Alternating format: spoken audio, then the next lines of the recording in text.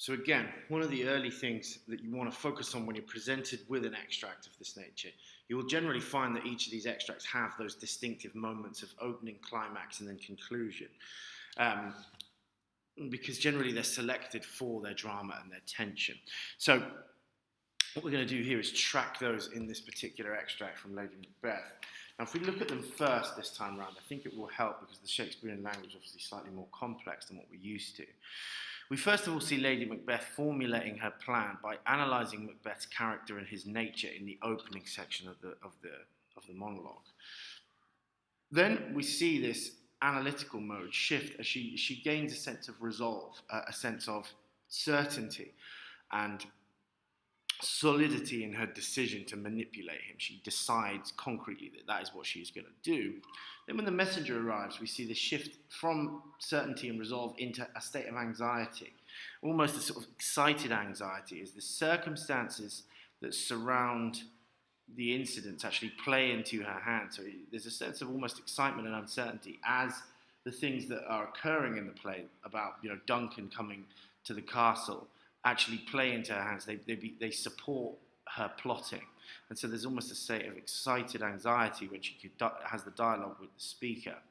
And then the very final section of this extract is one of the most famous parts of the play itself, where she almost invokes the dark side, and in this spell-like language as this kind of chant, almost song-like quality and rhythm and rhyme that we see in these parts of the text that creates this almost what we'd call almost like an incantation.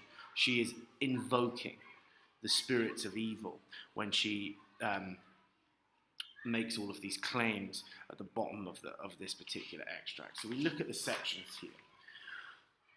And her analysis of Macbeth roughly runs from this line 14 down to 24. It's roughly 10 lines, and she is in this section analysing his character and trying to formulate her plan based on that analysis of who he is. And then we see this sense of resolve at the bottom of her opening part of the monologue. I may pour my spirits in thine ear and chastise with the valour of my tongue all that impedes thee from the golden round, which fate and metaphysical aid doth seem to have crowned thee withal.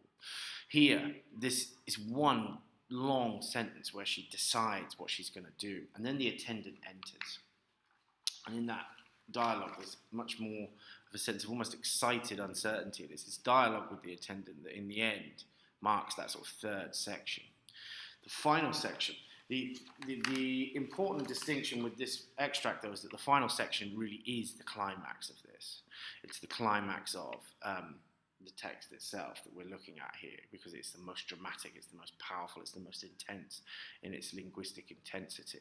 So this is the final part of the monologue that in the end, well, it's actually soliloquy here because the attendant is off stage. This soliloquy, in the end, becomes like a spell, invoking the dark spirits that seem to be siding with Macbeth and his fortune to actually almost support her in her wicked efforts to manipulate Macbeth and to plot her own path to power. So those are the four distinctive sections or narrative moments in this particular extract that we're going to focus on.